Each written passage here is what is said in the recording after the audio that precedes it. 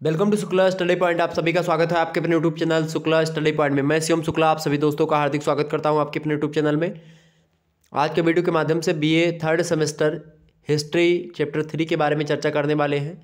History कहने का मतलब ये है इतिहास, और इतिहास जो है उसमें आपको पढ़ना क्या है। आप फर्स्ट सेमेस्टर में आप लोगों ने पढ़ा, ठीक है, शुरुआत से लेकर के 606 ईस्वी तक पढ़ा। उसके अंदर 600 से मतलब कि एक प्रकार से जो है शुरुआत से लेकर के 1206 तक पढ़ा था। 1206 से लेकर के आप लोगों ने लगभग 1500 जो है 1757 तक पढ़ा सेकंड सेमेस्टर में। 1757 से लेकर के 1950 तक पढ़ना है आपको थर्ड सेमेस्टर में। ये है हिस्ट्री यानी मध्यकालीन इतिहास जिन्होंने लिया है उसके लिए। और बाकी एक प्राचीन इतिहास होता है, तो प्राचीन इतिहास का चैप्टर नंबर 2 तक मैंने पढ़ा दिया है। चैप्टर 3 उसका जल्दी आएगा। ये मध्यकालीन इतिहास का चैप्टर 3। इससे पहले चैप्टर 2 के अंतर्गत हमने क्या डिस्कस किया था भैया? चैप्टर 2 के अंतर्गत हमने क्या डिस्कस किया था? चैप्टर 2 के अंतर्गत हमने आपको बताया था कि कर्नाटक में कैसे कैसे क्या होता है, अंग्रेजों और फ्रांसीसियों के बीच में संघर्ष हो रहा होता है। तो ये मैंने आपको बता दिया था, जिसमें हमने प्रथम कर्नाटक युद्ध के बारे में आपको बताया था कि 1746 में प्रारंभ हुआ, 1748 तक चला। द्वितीय कर्नाटक युद्ध हुआ 1749 में प्रारंभ हुआ, 1754 तक चला। और तृतीय कर्नाटक युद्ध हुआ 1756 में स्टार्ट हुआ और 1763 तक चला। तो एक प्रकार से आप देखते हैं ये कर्नाटक में खास करके अंग्रेजों और फ्रांसीसी जो कि घोर विरोधी थे, यूरोप में भी एक दूसरे के दोनों, और यहाँ पर भी भारत में चूंकि इनकी कंपनियाँ आई हुई थी। फ्रांसीसी ईस्ट इंडिया कंपनी थी और ब्रिटिश ईस्ट इंडिया कंपनी, ये इंग्लैंड की थी यानी ब्रिटेन की थी। और फ्रांसीसी ईस्ट इंडिया कंपनी जो थी ये फ्रांस की थी।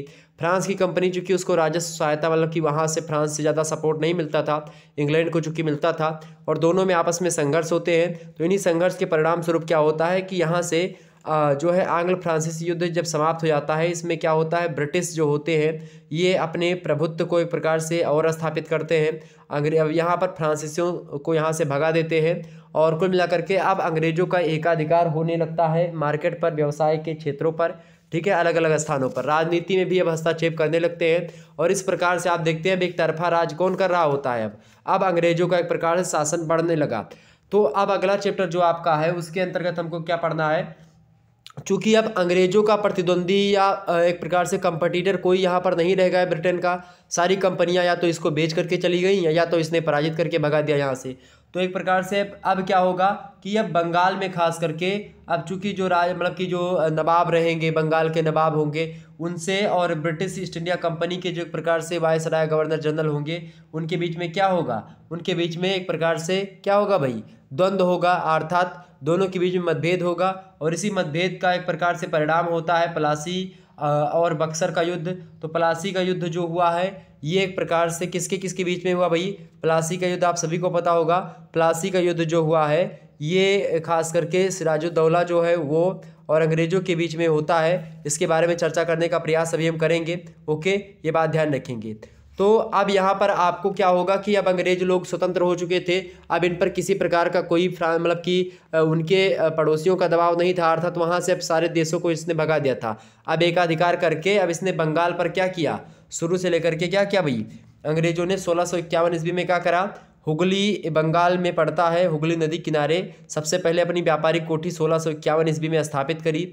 और यह कोठी आप देखते हैं धीरे धीरे करके बड़ी होती गई, और अंग्रेज मतलब कि एक प्रकार से धीरे धीरे करके एक चीज़ यह हुआ कि अंग्रेजों की सत्ता एक व्यावसायिक कोठी स्थापित हो जाती है। और इधर औरंगजेब जो था इसका पतन होना प्रारंभ हो जाता है। और औरंगजेब का पतन जो होता है आप सभी को पता होगा 1707 तक आते हैं ये ख़त्म हो जाता है, मतलब इसका पूरा समाप्त हो जाता है। वो 1690 ईस्वी में आप देखेंगे कि अंग्रेजों ने औरंगजेब से क्षमा मांगी थी, जुर्माना भी दिया था। क्षमा प्राप्ति के बाद में बंगाल की अंग्रेज मतलब जो कोठियाँ थीं उनके अध्यक्ष जो थे उसका नाम था जॉब चारनोक, उसने सुतानुती गांव के पास व्यापारिक कोठी स्थापित करवाई थी। तो जब तक औरंगजेब जिंदा था या मराठे जिंदे थे, मतलब मराठा लोग या फिर जो है मुस्लिम्स, तो मराठा और मुस्लिम्स का अलग से संघर्ष चल रहा था। और इसी बीच में अंग्रेजों ने देखा कि ये भारत के लोग जो हैं आपस में ही लड़ रहे हैं, अलग अलग जो है राजा महाराजा अलग अलग चीज़ों से लड़ रहे होते हैं, मतलब कि जो है कोई दक्षिण से उत्तरवाद, यानी कोई भाषा के को लेकर के, कोई भाषा को लेकर के उतना विवाद तो नहीं था, लेकिन छोटे छोटे राज्य हुआ करते थे तो आपस में वैसे लड़ा करते थे ये लोग। तो और उसी समय कलकत्ता, एक प्रकार से कलकत्ता में फोर्ट विलियम कॉलेज की स्थापना हो जाती है, उसका भी प्रभाव आपको दिखेगा। और आप देखेंगे 1717 ईस्वी में अंग्रेज़ों ने मुग़ल बादशाह उस समय था फ़र्रुख सियर से 300,000 वार्षिक जो है 300,000 रुपये वार्षिक कर के बदले कर मुक्त व्यापार का फरमान प्राप्त कर लिया था। यानी फ़र्रुख सियर ने अंग्रेज़ों को कहा था कि अब पहले 3,000 रुपये वार्षिक कर लगता था, अब ये समाप्त कर दिया मुग़ल बादशाह ने, कहा कि जाओ व्यापार करो अंग्रेज़ों से। और अंग्रेज़ों ने क्या किया, बंगाल में अपनी नींव और मजबूत बनाई, और बंगाल के नवाब जो थे उनका नाम था फ़र्रुख सियर, और फ़र्रुख सियर ने उनको यहाँ पर व्यापार करने के लिए स्वतंत्रता दे दी। तो इस प्रकार से बंगाल में अपने शक्तियों का उदय धीरे धीरे ये लोग करने लगे। बंगाल के नवाब और अंग्रेज़ों के बीच की अगर बात की जाए, 1707 ईस्वी में जब औरंगजेब मर जाता है तो बंगाल का नवाब था उस समय मुर्शीद कुली खां। 1713 ईस्वी से 1727 ईस्वी तक गद्दी पर था यह मुर्शीद कुली खां, और एक प्रकार से नाम मात्र के लिए बादशाह था, मुग़ल बादशाह की अधीनता में स्वीकार करता था जो है मुर्शीद कुली खां। ठीक है, बंगाल में नवाब जो था ये दिल्ली के नवाब का एक प्रकार से कहा सुना मानता था, और उड़ीसा बंगाल में उस समय शामिल हुआ करता था। मुर्शीद कुली खां के बाद में आता है, गद्दी पर बैठता है शुजाउद्दीन। 1727 ईस्वी में गद्दी पर बैठता है, 1739 तक गद्दी पर रहता है, और बिहार को भी बंगाल में सम्मिलित कर लेता है ये। और एक प्रकार से अपनी विश्वास पात्र सेवक इसका था शुजाउद्दीन का, उसका नाम था अली वर्दी खां।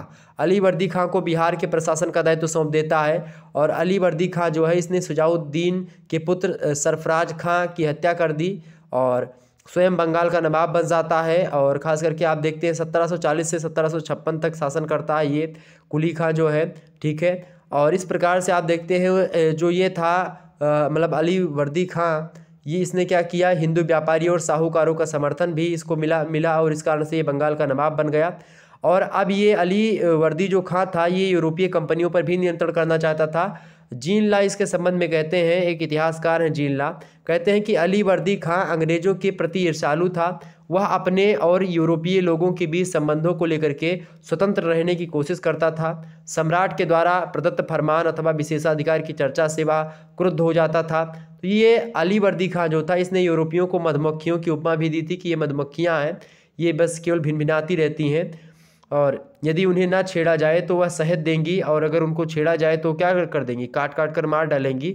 ये भी ये कहता था, यानी मधुमक्खियों की उपमा दी थी अंग्रेज़ों को कि अगर इनको हम छेड़ेंगे नहीं, इनके छत्ते में हाथ नहीं डालेंगे तो अपने को कोई खतरा नहीं इससे। अगर क्या किया कि हमने इनके छत्ते में हाथ डाला तो ये काट काट करके हमको मार डालेंगे। ये भी इसको पता था, इसको जो ये अली वर्दी खां था। ठीक है, तो कुल मिलाकर के अली वर्दी खां जो था ये दूरदर्शी था, विवेकपूर्ण नीति अपनाता था, और इस प्रकार से आप देखते हैं कर्नाटक की तरह बंगाल आंग्ल फ्रांसीसी संघर्ष का अखाड़ा नहीं बनने दिया इसने।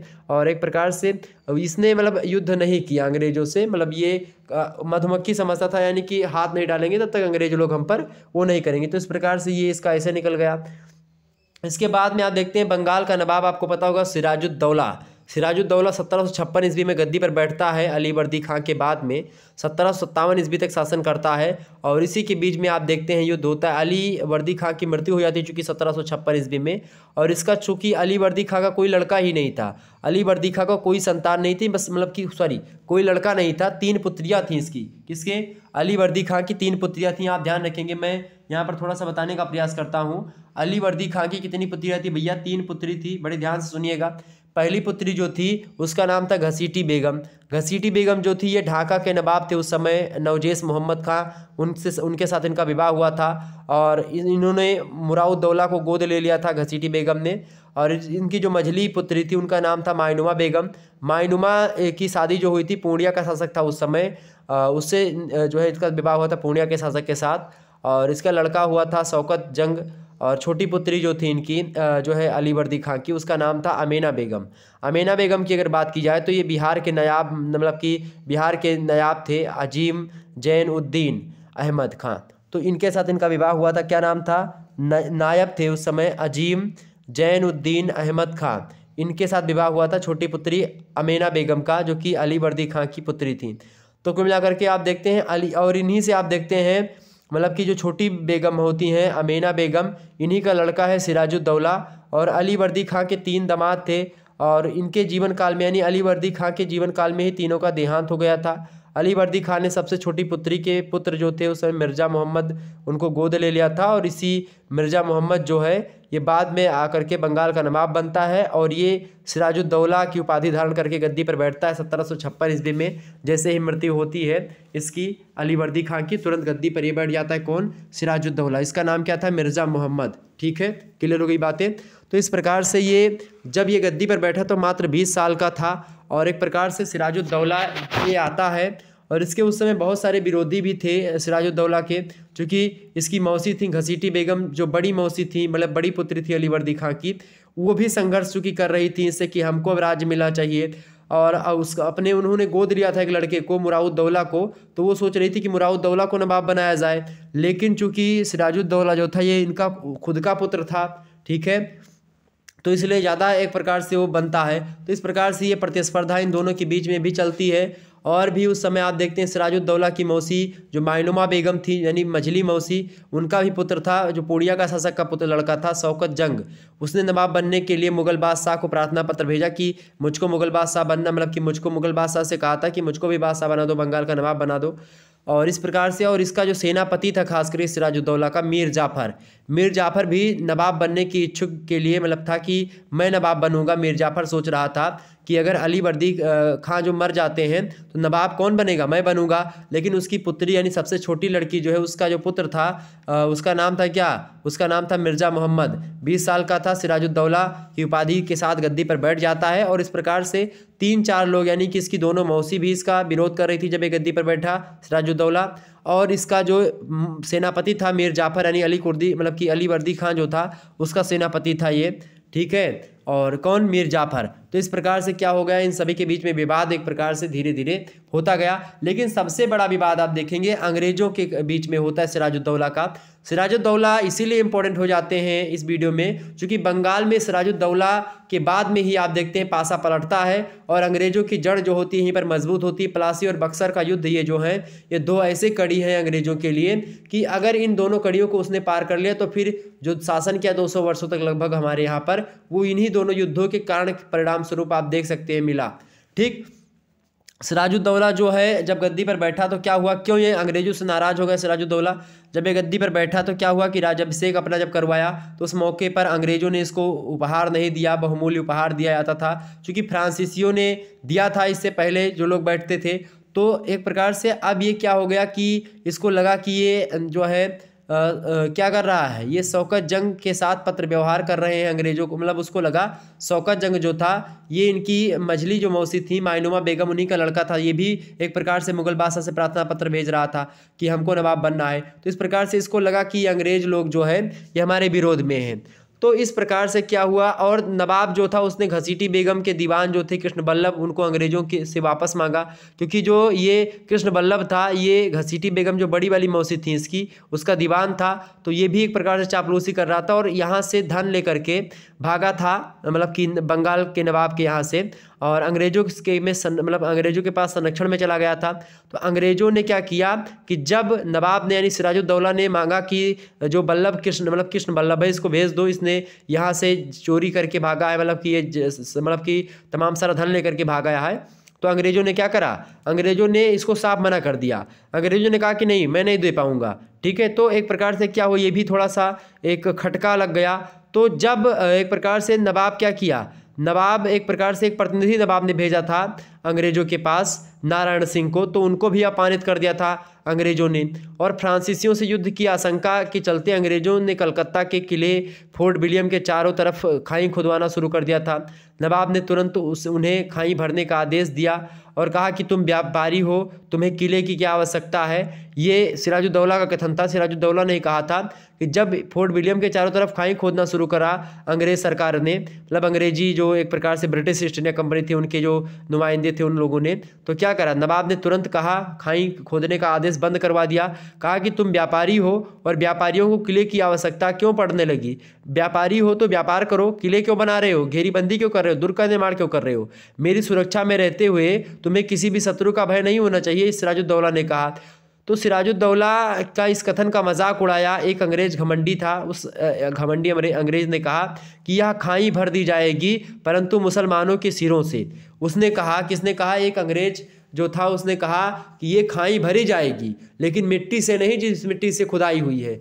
आप लोगों के सर से, यानी कि मुसलमान जो होंगे उन मुसलमानों का सर काट करके इस गड्ढे में फेंका जाएगा और उस गड्ढा उससे भरेगा, उनकी खोपड़ी से भरेगा, मुसलमानों से। ये एक अंग्रेज ने कहा था। तो एक प्रकार से क्या हुआ, यह सूचना जब नवाब को मिली कि भाई इस प्रकार से ऐसा कोई अंग्रेज बोल रहा है, तो जो है क्रोधित हुआ सिराजुद्दौला। और जब क्रोधित हुआ तो उसने क्या किया, अंग्रेज़ों को सज़ा देने का प्रण लिया कि मैं अंग्रेज़ों को सज़ा दूंगा। और यहीं कहीं ना कहीं पे आप देखते हैं कि विवाद की जड़ उत्पन्न हो जाती है। और इस प्रकार से ये प्रथम विश्व युद्ध, ये सब चीज़ सारी प्रथम विश्व बोल रहा हूँ, कि प्लासी का युद्ध वगैरह होता है। सिराजुद्दौला क्या करता है, कलकत्ता पर आक्रमण कर देता है। 4 जून 1756 ईस्वी को अंग्रेज़ों की कासिम बाज़ार कोठी पर आक्रमण कर दिया। 5 जून को कलकत्ता पर आक्रमण के लिए रवाना होता है सिराजुद्दौला। 16 जून को कलकत्ता पहुंच जाता है और उसके डर से गवर्नर ड्रेक जो थे, सेनापति मेचेन, काउंसिल के सदस्य जो भी थे, अंग्रेज महिलाएं और बच्चे जो थे, वो जहाज़ में बैठ करके हुगली नदी थी और हुगली नदी से के बीच समुद्र तट के निकट जो है फुल्फा द्वीप पड़ता है, उसी फुल्फा द्वीप में भाग गए। और हॉल बेल सहित बहुत सारे कुछ अंग्रेज जो थे, उसने फोर्ट विलियम को बचाने की कोशिश करी। लेकिन क्या हुआ कि 20 जून 1756 ईस्वी को सिराजुद्दौला ने किले पर अपना अधिकार कर लिया। और यही पर इसी समय काल कोठरी की घटना भी होती है।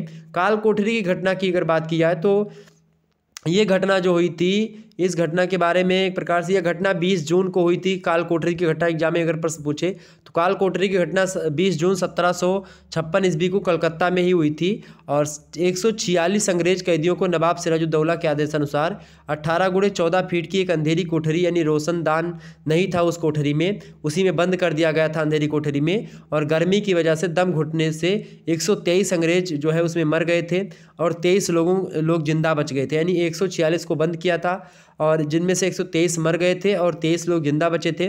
और इसी घटना को एक प्रकार से आप देखते हैं, ये घटना होती है काल कोठरी की घटना। तो एक प्रकार से सारी घटनाओं को ध्यान में रखते हुए, और बाद में क्या होता है कि इन सभी घटनाओं के बाद में एक संधि भी होती है, अलीनगर की संधि होती है 9 फरवरी 1757 ईस्वी को। ठीक है, तो चूँकि सिराजुद्दौला द्वारा कलकत्ता को जीतने के बाद में उसका नाम अलीनगर रख दिया गया था और सेनापति जो था उसका था मानिकचंद को वहाँ जो शासक प्रशासक नियुक्त कर दिया गया था अलीनगर का। और अलीनगर जो कलकत्ता है वहाँ का, और राजधानी मुर्शिदाबाद लौट गया था ये सिराजुद्दौला। और आप देखते हैं धीरे धीरे करके और चीज़ें होती हैं। बाद में क्या होता है कि जो है धीरे धीरे जो है स्थल मार्ग से क्लाइव को भी मद्रास से कलकत्ता भेजा गया। 2 जनवरी 1757 ईस्वी को मानिकचंद को रिश्वत दे करके क्या कर दिया, मानिकचंद को, चूँकि सेनापति था सिराजुद्दौला का, उसको नवाब बना दिया था कलकत्ता का। किसने बना दिया था भाई, सिराजुद्दौला ने। तो इसी मानिकचंद को रिश्वत दे करके 2 जनवरी के दिन को 1757 ईस्वी में कलकत्ता पर एक प्रकार से अपना शासन जमा लेता है कौन, अंग्रेज, यानी लॉर्ड क्लाइव जो होता है वो। और इस प्रकार से आप देखते हैं, और उसने क्या कर दिया, शौकत जंग जो था, यानी दूसरी मौसी का लड़का जो सिराजुद्दौला के, उसको मुगल बादशाह ने क्या कहा कि आपको मैं नवाब बनाने की घोषणा करता हूं। और इस प्रकार से क्या हुआ, सिराजुद्दौला ने मोतिहारी के युद्ध से उसे पराजित करके उसकी हत्या कर दी। किसकी, जो है अपने मौसी के लड़के की। तो इस प्रकार से क्या हुआ, कलकत्ता पर अंग्रेजों द्वारा अधिकार करने की सूचना मिलते ही क्या किया, सिराजुद्दौला जो था ये सेना के सहित कलकत्ता चल दिया। और चूँकि इस समय अफगान आक्रमण का खतरा भी मंडरा रहा था और सिराजुद्दौला ने अंग्रेजों से युद्ध ना करके अलीनगर की संधि कर ली 9 फरवरी को 1757 ईस्वी को। चूँकि उस समय वो भी हो रहा था, अंग्रेजों संधि इसलिए कर ली चूँकि उस समय जो है अफगान लोग भी एक प्रकार से आक्रमण के लिए आतुर थे। तो ये संधि हो जाती है। संधि के बाद में क्या होता है कि सिराजुद्दौला के खिलाफ षड्यंत्र भी रचा जाता है। क्लाइव को ये बात समझ में आ गई थी कि जो अहमद शाह अब्दाली है उसके आक्रमण का खतरा खत्म होते ही सिराजुद्दौला अंग्रेजों पर आक्रमण करेगा। और अगर ऐसा हुआ तो क्या होगा भाई, ऐसा हुआ तो फिर दिक्कत की बात है। तो एक प्रकार से तमाम सारी चीज़ें होती गई और तमाम सारे क्या किया, इन लोगों ने बहुत सारी चीज़ों को मिला लिया और षड्यंत्र करा। षड्यंत्रकारियों और अंग्रेजों के बीच सिराजुद्दौला के विरुद्ध समझौता संपन्न होता है और उसमें कई सारा चीज़ें होती है। बाद में क्या होता है कि प्लासी का युद्ध इस सभी का परिणाम होकर के प्लासी का युद्ध चलता है। अब प्लासी के युद्ध के बारे में कुछ चीज़ों को हम जानने का प्रयास करेंगे, यहाँ पर देखेंगे भाई प्लासी का युद्ध का कारण क्या है। सबसे पहले तो ये जानेंगे प्लासी के युद्ध के कारण, यानी cases of battle of Plassey. Plassey के युद्ध के कारण निम्नलिखित हैं, कई सारे कारण हैं। प्लासी का युद्ध हुआ था, मैं डेट आपको बता दूं, 23 जून कब हुआ था, 23 जून 1757 ईस्वी को क्या हुआ था, प्लासी का युद्ध हुआ था। ये बात आप ध्यान रखेंगे, कब हुआ था, 23 जून 1757 ईस्वी को प्लासी का युद्ध हुआ था। इसके कई कारण थे, ये बात आप ध्यान रखेंगे। और चूंकि क्या हुआ कि मार्च 1757 ईस्वी में क्लाइव ने फ्रांसीसी बस्ती चंद्रनगर को जीत लिया और नवाब जो था यानी सिराजुद्दौला इस घटना से क्रोधित हो गया और नवाब ने कहा कि ये अली नगर की जो संधि करी थी 9 फरवरी की डेट को 1757 ईस्वी में, ये इसका उल्लंघन है। और नवाब ने क्या किया, वहाँ से जो भागे हुए जो फ्रांसीसी सैनिक थे या फ्रांसीसी लोग थे उनको अपनी शरण दे दी। और लॉर्ड क्लाइव ने सिराजुद्दौला की विरोधियों से षड्यंत्र करके समझौता पहले ही कर चुका था। और एक प्रकार से आप देखते हैं तो ये उसने कहा कि लॉर्ड क्लाइव ने कहा कि उल्टा चोर कोतवाल को डांटे, तो क्लाइव ने नवाब पर अलीनगर की संधि के उल्लंघन का आरोप लगा दिया और उत्तर की प्रतीक्षा किए बिना ही उसने क्या कर दिया, अपनी सेना को मुर्शिदाबाद की ओर प्रस्थान कर दिया। और एक प्रकार से लॉर्ड क्लाइव को पता था, पहले से वो प्लानिंग कर रहा था लड़ने के लिए, चूँकि उसको पता था कि भाई भारतीय लोगों को मैंने फूट डाल दिया है। तो इस प्रकार से ये तमाम सारी चीज़ें होती हैं। तो अब युद्ध की पृष्ठभूमि पूरी तैयार हो गई, मैंने आपको पूरा समझा दिया। अब क्या होता है कि प्लासी का युद्ध शुरू होता है। इसके कई कारण हैं। पहला कारण यह है कि उत्तराधिकार को लेकर के विवाद ही चल रहा था। अली वर्दी खां की बात की जाए तो इसके मृत्यु के बाद में सिराजुद्दौला जो था नवाब बनता है। किसी को रास नहीं आया, मतलब कि यहाँ के व्यापारियों को भी और भी लोगों को। उसकी मौसी घसीटी बेगम ने, एक अन्य मौसी भी थी, उसका पुत्र शौकत जंग था, यानी कि दोनों लड़का, घसीटी बेगम बड़ी बेगम है जो एक प्रकार से, और जो मझली मतलब मौसी थी यानी छोटी वाली मौसी शौकत जंग उनका लड़का था। तो सेनापति मीर जाफर, ये सभी लोग अपने अपने आप को क्या कर रहा था, जो घसीटी बेगम थी ये सोच रही थी हमारा लड़का राजा बने, ठीक है। शौकत जंग सोच रहा था यानी दूसरी मौसी का लड़का कि हम राजा बने। और ये भी एक था अली वर्दी खां की लड़की का लड़का था सिराजुद्दौला, ये सोच रहा था कि तो ये बन ही गया था 20 साल की उम्र में। तो और चूंकि मीर जाफर इसका सेनापति था अली वर्दी खां का, तो ये भी सोच रहा था हम बनेंगे। तो मीर जाफर ने क्या कर दिया, नवाब बनने के लिए अंग्रेजों के साथ मिलकर के षड्यंत्र किया और अंग्रेजों को फूट डालो एवं राज करो की नीति अपनाने का अवसर यहीं से प्राप्त हो जाता है। और इसी अवसर की परिणति प्लासी के युद्ध के रूप में हमारे समक्ष आती है। यानी प्लासी के युद्ध का सबसे मेन कारण होता है कि मीर जाफर जब जाकर के मिल जाता है किससे भाई, अंग्रेजों से।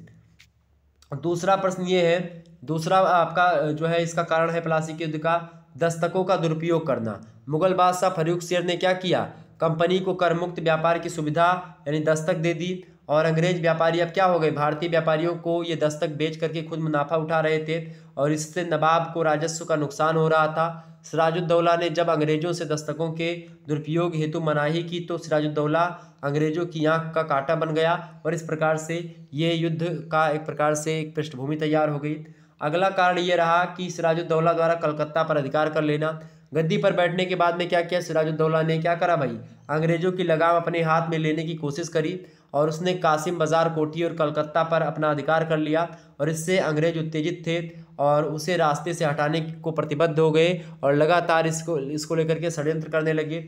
और एक घटना और होती काल कोठरी की घटना, इससे अंग्रेज लोग और ज़्यादा गुस्सा हो गए। यानी जब सिराजुद्दौला पर बस न चला तो उसने क्या किया, उसे बदनाम करने के हेतु हाल बेल ने उस पर काल कोठरी की घटना में 123 अंग्रेजों की मौत का आरोप लगाया और यह भी प्रचार किया कि ऐसे निर्दयी व्यक्ति को गद्दी पर बैठने का अधिकार नहीं है। यानी जनता में फैल गया कि भाई सिराजुद्दौला क्या है, सिराजुद्दौला बहुत ज़्यादा क्या है, बहुत ज़्यादा क्रूर है, निर्दयी है। इसने 146 लोगों को जो है उसमें बंद कर दिया एक कोठरी में और जिनमें से 123 मर गए, 23 केवल बचा था, 23 लोग बचे थे, बाकी दम घुटने के कारण सभी लोग मर गए थे।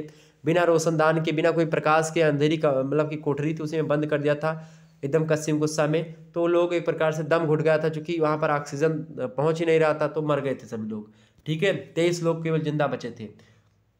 तो इस घटना का आरोप भी लग गया सिराजुद्दौला पर, ठीक है। इसके अलावा क्या हुआ, अगला कारण ये लिख सकते हो, सिराजुद्दौला द्वारा कोई मतलब की गई भूलें।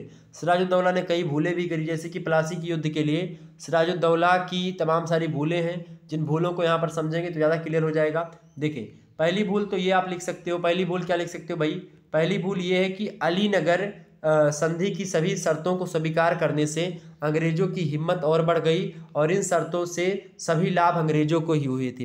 क्योंकि क्या हुआ कि अंग्रेज लोग जो एक प्रकार से जब फिर से युद्ध होने वाला था तो उस समय अहमद शाह अब्दाली यानी जो अफगान था, तो वो एक मूवी देखिएगा 1757 ईस्वी में वो बनी है, पानीपत मूवी बनी है, ठीक है। पानीपत मूवी आपने देखा नहीं देखा, तो पानीपत मूवी देखिएगा, अहमद शाह अब्दाली वगैरह का है, ठीक है। वो मूवी बड़ी धाकड़ मूवी है, अर्जुन कपूर की है, मतलब उसमें इतिहास के बारे में कुछ जानकारी आपको मिल जाएगी, ठीक है। तो जो ये अली नगर की संधि हुई थी, इसमें कहा गया था कि मुगल बादशाह द्वारा जो जितनी भी सुविधाएं दी गई हैं उनका उपभोग की स्वीकृति नवाब जो है को देना पड़ेगा, और अंग्रेजों की दस्तक पर आने वाले सामान पर संधि के तहत बंगाल, बिहार और उड़ीसा की सीमाओं में कोई अंतर मतलब कोई कर नहीं लगाया जाएगा, ये भी चीज़ बताई गई। और इसके अलावा ये भी बताया गया इसी में कि नवाब ने अपने मतलब अंग्रेजों को किलेबंदी की अनुमति भी प्रदान कर दी कि अंग्रेजों लोग अब किलेबंदी कर सकते हैं। कंपनी को सिक्के ढालने की अनुमति भी नवाब ने दे दी। तो ये तमाम सारे नवाब ने क्या किया, अपनी राजधानी मुर्शिदाबाद में अंग्रेज प्रतिनिधि के रूप में रखना स्वीकार कर दिया। तो एक प्रकार से क्या हुआ, अलीनगर की संधि से अंग्रेजों को बहुत ज़्यादा फायदा हुआ था, ये भी एक कारण हुआ।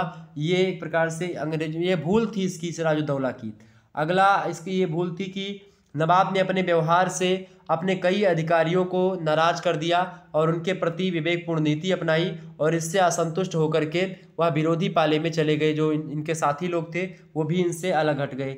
अगला है, नवाब ने क्या किया, फ्रांसीसियों की सहायता नहीं की, उल्टे उनके पतन को मूक दर्शक बन करके देखते रहे, और यही सबसे बड़ा कारण है। अगर फ्रांसीसियों को रोक लिया होता इन लोगों ने, फ्रांसीसियों को एक प्रकार से उनके पतन को नहीं देखते, उनको फंड या फिर उनकी मदद कर देते थोड़ी सी, तो फ्रांसीसी लोग होते तो फिर मज़ा आता। क्या होता, फिर दोनों शक्तियों को आपस में हम लोग टकरा करके फिर मज़ा लेते इन लोगों का, ठीक है। लेकिन क्या हुआ कि वो मज़ा ले गया पहले से। इस प्रकार से चीज़ें उन लोगों ने करी। इसके अलावा इसकी भूल ये थी सिराजुद्दौला की कि षड्यंत्र की जानकारी होने पर भी मीर जाफर आदि को कैद नहीं किया गया, और डॉक्टर रमेश चंद्र मजूमदार ने कहा है इस संबंध में, चूंकि इसको पता था कि षड्यंत्र चल रहा है सिराजुद्दौला को, फिर इसने मीर जाफर को बंदी बना लिया होता तो शायद एक प्रकार से ये घटना ना होती, दूसरी बात होती। तो इस बात को लेकर के एक प्रकार से डॉक्टर रमेश चंद्र मजूमदार इतिहासकार कहते हैं ये कि यदि नवाब ने शीघ्रता से कार्य कर मीर जाफर को बंदी बना लिया होता तो अन्य षड्यंत्रकारी आतंकित हो जाते और षड्यंत्र असफल हो जाता। किसी सख्त कार्रवाई के स्थान पर नवाब खुद मीर जाफर से भेंट करने गया और अली वर्दी खां के नाम पर उससे मिन्नतें करी। तो एक प्रकार से ये देखे, तो एक प्रकार से जब ये ही मिलने चला गया तो उसको लगा मीर जाफर को कि भाई हमें ही सब कुछ है, और इस प्रकार से उसने जाकर के अंग्रेजों से मिल गया हुआ और सारी चीज़ें हो गई। ओके, तो इन चीज़ों को समझने का प्रयास आपको करना है। आगे बढ़ते हैं। अगला पॉइंट आपका है, अगला तो देखेंगे ये है आपका, ये जो युद्ध हुआ ये प्लासी का युद्ध था। इसके अलावा और भी सिराजुद्दौला के खिलाफ षड्यंत्र चल रहा था। चंदनगर पर अंग्रेजों का आधिपत्य और दुश्मन का एक प्रकार, दुश्मन का मित्र दुश्मन होता है, इस प्रकार से लोगों ने सोचना प्रारंभ कर दिया। तो इस प्रकार से क्या हुआ कि अंग्रेज लोग जो होते हैं, ये प्लासी का युद्ध एक प्रकार से मतलब प्लासी का युद्ध की ये पृष्ठभूमि, ये कारण होते हैं जिससे प्लासी का युद्ध प्रारंभ होता है। ओके, तो ये प्लासी का युद्ध हुआ। प्लासी के युद्ध की अगर बात की जाए तो इससे क्लाइव जो था उसने 950 यूरोपीय पदाती को लेकर के आया था। 100 यूरोपीय तोपची थे इसके पास, 50 नाविक थे, 2100 भारतीय सैनिक की एक विशाल सेना थी इसके पास, लॉर्ड क्लाइव के पास, और मुर्शिदाबाद की ओर प्रस्थान करता जो कि राजधानी थी सिराजुद्दौला की। और इस प्रकार से 22 जून 1757 ईस्वी को क्लाइव भागीरथी नदी के तट पर स्थित प्लासी नामक गांव पहुंचता है। नवाब जो है अपनी 50,000 की सेना के साथ पहले से ही प्लासी पर पहुंच चुका था, और नवाब के साथ कुछ फ्रांसीसी तोपची भी थे। क्लाइव जो था पहले तो नवाब की विशाल सेना को देख करके डर गए जाता है, लेकिन षड्यंत्र की वजह से ज़्यादातर सेना ने तो युद्ध में भाग ही नहीं लिया, और इस प्रकार से 50,000 की विशाल सेना जो थी नवाब के पास, सिराजुद्दौला के पास, उनमें से लगभग आधी से ज़्यादा सेना जो है लगभग वो इसके साथ नहीं लड़ रही थी, मतलब उसने लड़ने से साफ मना कर दिया। और ये सारी चीज़ें जो होती, इसके अलावा जो इसका बायां भाग माना जाता था सेनापति मीर जाफर, उसने क्या कर लिया, और नवाब की सेना का मतलब की सेना का दाहिना भाग जो है राय दुर्लभ की कमान में था, बायां भाग मीर जाफर की कमान में था, और दोनों एक प्रकार से पहले से अंग्रेजों से मिले हुए थे। और युद्ध के दौरान क्या हुआ, ये लोग निष्क्रिय हो गए, मतलब अपने सेना को मतलब आक्रमण करने की आज्ञा नहीं दी, और एक प्रकार से क्लाइव की घबराहट इससे दूर हो गई कि भाई दोनों जब दाएं बाएं भाग हमारे ही हैं तो कोई दिक्कत की बात नहीं है। और 23 जून 1757 ईस्वी को केवल मीर मदान, मोहनलाल और फ्रांसीसी तोपचियों ने जान की बाजी लगा करके भीषण युद्ध करा। और इस प्रकार से आप देखते हैं मीर जाफर को निष्क्रिय देख करके नवाब ने अपनी पगड़ी उतार करके उसके कदमों में रख दी और संरक्षण की प्रार्थना करी। और उस धूर्त विश्वासघाती ने क्या कर दिया, युद्ध बंद करने की सलाह दी और अगले दिन आक्रमण का वचन दिया और नवाब ने युद्ध बंद करने का आदेश दे दिया। और उसी समय आप देखते हैं कि कई सारी चीज़ें होती हैं, एक सेना की टुकड़ी आती है और नवाब के वापस जाते सैनिकों पर आक्रमण करके भगदड़ मचा देती है और खुद नवाब भी मुर्शिदाबाद भाग जाता। तो कई सारी चीज़ें होती है। मीर जाफ़र का पुत्र मीरन, उसने सिराजुद्दौला का मोहम्मद बेग के हाथों कत्ल करवा दिया और 24 जून को मीर जाफ़र मुर्शिदाबाद पहुंचता है। 5 दिन के बाद में लॉर्ड क्लाइव जो होता है उसने मीर जाफ़र को बंगाल, बिहार और उड़ीसा का नवाब घोषित कर दिया। तो यह प्लासी का युद्ध जो था कुल मिलाकर के अगर बोले तो एक मुठभेड़ मात्र थी, इसमें भगदड़ के अतिरिक्त कुछ और नहीं था। यह एक छोटी सी अवधि का युद्ध होते हुए भी विश्व इतिहास के बड़े बड़े युद्धों से भी अधिक महत्वपूर्ण साबित हुआ और इसके प्रभाव दूरगामी सिद्ध हुए। भारत का खजाना बंगाल अंग्रेजों की मुट्ठी में आ गया और अंग्रेजों द्वारा बंगाल के इस आधिपत्य से समस्त भारत की विजय का मार्ग खुल गया, प्रशस्त हो गया। और इस प्रकार से आप देखते हैं भारत जो है क्या हो गया, भारत धीरे धीरे अंग्रेजों का गुलाम बनता हुआ चला जा रहा था। इसका परिणाम ये हुआ कि प्लासी एक व्यापार का केंद्र था जिसमें बंगाल के धनवान सेठों और मीर जाफ़र ने मिलकर के नवाब को अंग्रेजों के हाथ बेच दिया। इस प्रकार से ये तमाम सारी चीज़ें हुई, इसके आर्थिक प्रभाव, राजनीतिक प्रभाव, तमाम सारे प्रभाव पड़े।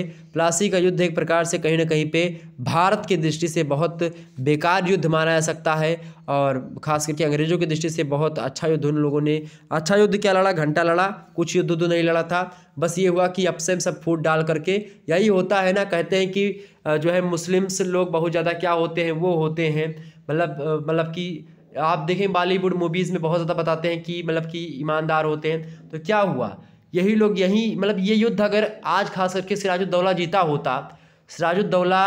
होता, मीर जाफ़र अगर ये चापलूसी ना किया होता तो शायद आज भारत की स्थिति ऐसी नहीं होती, या भारत आज़ाद मतलब कि जो भारत एक प्रकार से 200 साल अंग्रेजों की गुलामी झेलता रहा वो नहीं झेल पाता। ठीक है, तो एक प्रकार से ये लोग एक प्रकार से ना तो दिल्ली का बादशाह वो जो वहाँ पर बैठे थे वो सब एक अपने आप को सिलेंडर कर देते थे अंग्रेजों के सामने, ऐसे सिलेंडर, लो साहब अब तुम ही हो। बस बहुत ज़्यादा बड़ी बड़ी बातें, डींग मारना हुआ, हाँकना हुआ तो बोलेंगे।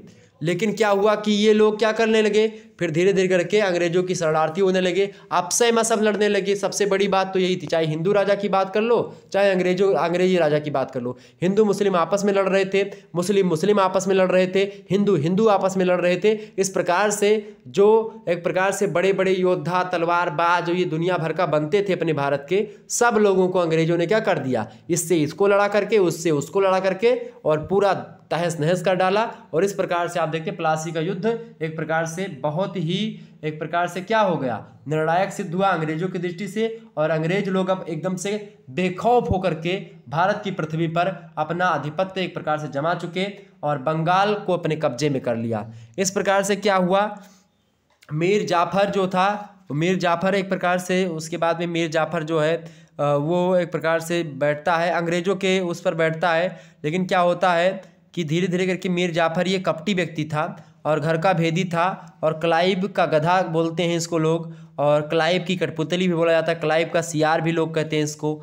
मीर जाफ़र कंपनी को पैसा देता था लेकिन उससे भी कंपनी की भूख समाप्त नहीं हुई और तब नवाब ने क्या किया, 2 वर्ष के लिए वर्धमान तथा नदिया के ज़िले भी अंग्रेजों को दे दिया। 1760 ईस्वी में क्या हुआ कि कंपनी का मीर जाफ़र पर 25 लाख का शेष मतलब कि कर्जा रह गया।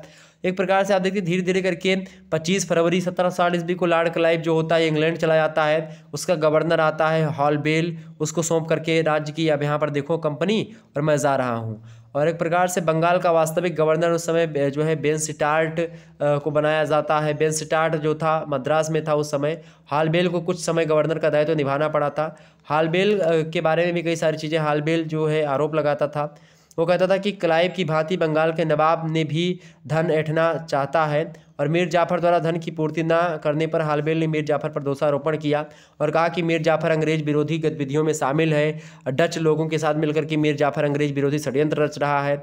मुगल राजकुमार अली गौहर यानी शाह आलम द्वितीय जो था, ये मुगल बादशाह दिल्ली का, इसके साथ मिलकर के अंग्रेज विरोधी षड्यंत्र रच रहा है जो है मीर जाफ़र को अंग्रेजों ने ही चूँकि गद्दी पर बैठाया था और अब अंग्रेजों को ये लगने लगा कि यही जो है हमारे खिलाफ षड्यंत्र करने लगा है। तो क्या हुआ कि सिराजुद्दौला के खिलाफ मीर जाफ़र ने षड्यंत्र जो किया था अब मीर जाफ़र के जमाता जो था उसका दामाद था, मीर जाफ़र का दामाद ही था, मीर जाफ़र की पुत्री का पति था, यानी दामाद मीर कासिम।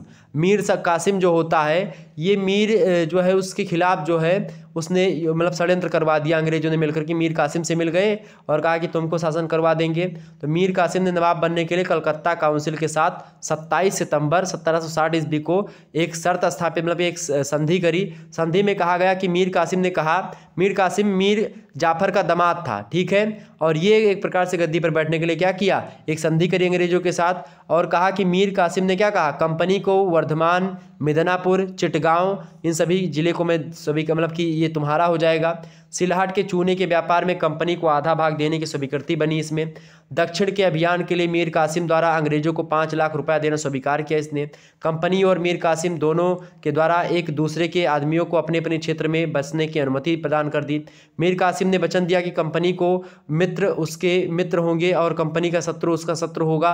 ये मीर कासिम ने कहा अंग्रेजों से, और कंपनी के नवाब के आंतरिक मामलों में हस्तक्षेप नहीं करेगी और एक प्रकार से नवाब को सैन्य मदद जो होगी वो कंपनी मुहैया कराएगी, ये मीर कासिम ने कहा। और इस प्रकार से क्या हुआ, मीर जाफ़र के खिलाफ भी षड्यंत्र हुआ।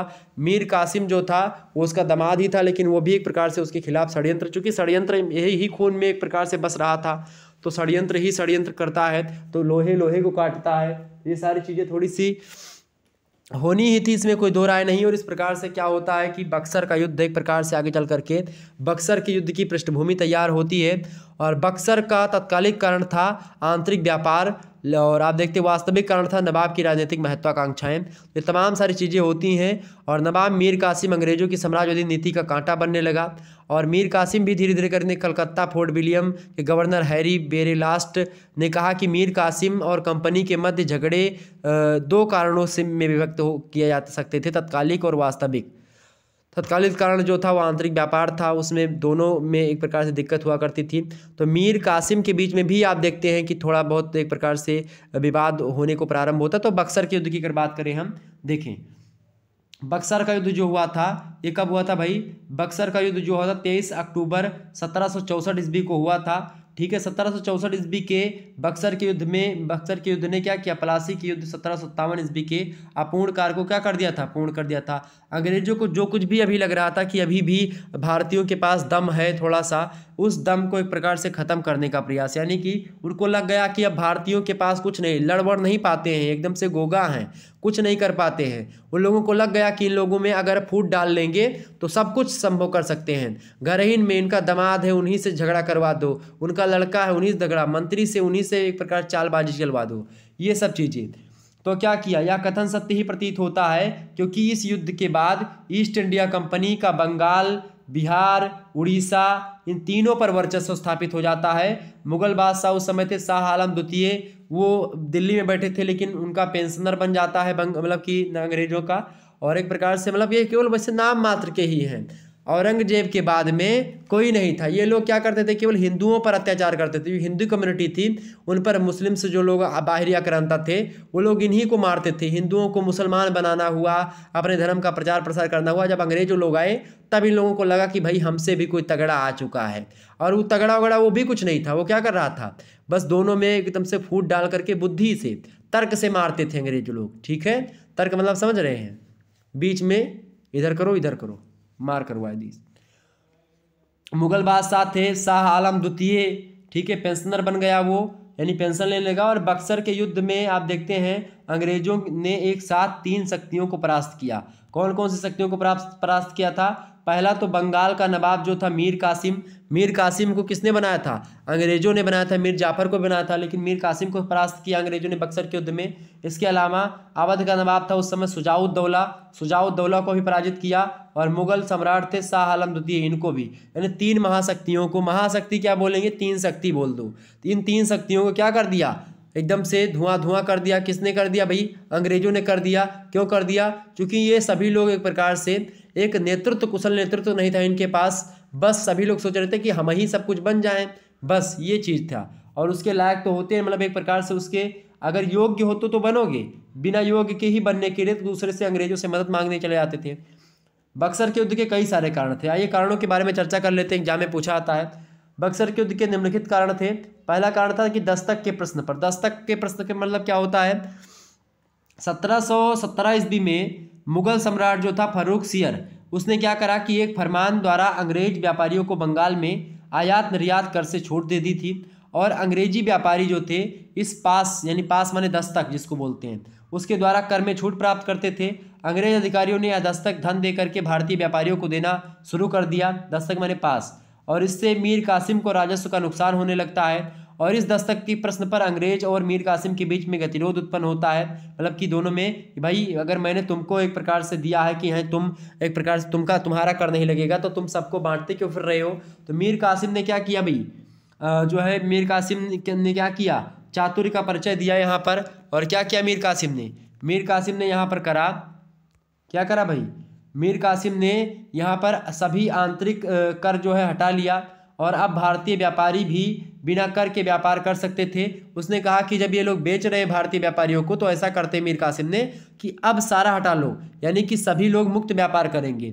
और अब भारतीय लोग भी व्यापार करने लगे, और वे भी अंग्रेज व्यापारियों के समान हो गए। अब क्या हुआ, जिससे अंग्रेजों का भारतीय व्यापारियों को दस्तक बेच करके प्राप्त किया जाने वाला जो मुनाफा था वो ख़त्म हो जाता है। इससे अंग्रेज जो होते हैं क्रोधित होते हैं किस पर, मीर कासिम पर। और इसके बाद में होता क्या है कि बेनस्टार्ट और वारेन हेस्टिंग्स, इनका कहना था कि यदि मतलब यह मीर कासिम का अपना मसला है, नवाब ने अपनी प्रजा पर आसीन अनुग्रह किया है, हमारे पास उसका विरोध करने का कोई तर्क नहीं है, ये बेनस्टार्ट और वारेन हेस्टिंग्स ने कहा था। इसके विपरीत कलकत्ता परिषद के सदस्य चाहते थे कि नवाब जो है अपनी प्रजा पर कर लगाए, ताकि वे दस्तक का दुरुपयोग कर सकें अंग्रेज अधिकारी, जिससे पटना के अधिकारी एलिस ने नाराज होकर के पटना पर आक्रमण कर दिया। और इस प्रकार से आप देखते हैं ये बक्सर का युद्ध प्रारंभ, मतलब कि एक कारण ये बन गया। अगला प्रश्न बक्सर के युद्ध का कारण, अगला कारण क्या है, न्याय के प्रश्न पर। न्याय के प्रश्न का मतलब क्या है, इसको थोड़ा समझने का प्रयास। आंतरिक व्यापार के अतिरिक्त मीर कासिम यह भी चाहता था कि किसी भी प्रकार के झगड़े की स्थिति से में कंपनी के जो है गुमास्ते नवाब की अदालतों के अधीन जो है कार्य करें, और कंपनी के गुमास्ते वृक्षों के नीचे न्यायालय लगाते थे और मनमाना दंड देते थे। तो इस प्रकार से क्या हुआ, इस प्रकार न्याय का तरह भी झगड़े का कारण बना, मतलब कि न्याय का कारण भी एक प्रकार से, न्याय करने का एक प्रकार से जो ये तरीका था, ये भी झगड़े का एक कारण बन जाता है, और इस प्रकार से बक्सर का युद्ध प्रारंभ होता है। इसके अलावा इसका अगला कारण हो सकता है, क्या कारण हो सकता है भाई, इसका अगला कारण हो सकता है कंपनी के कर्मचारियों की लूट। कंपनी के कर्मचारियों की लूट की अगर बात की जाए, कंपनी के कर्मचारियों की लूट की बात की जाए, तो ये भी एक प्रकार से कारण बना, क्योंकि कंपनी के कर्मचारी जो थे वो फर्जी लूट रहे थे, महंगा सामान बेच रहे थे।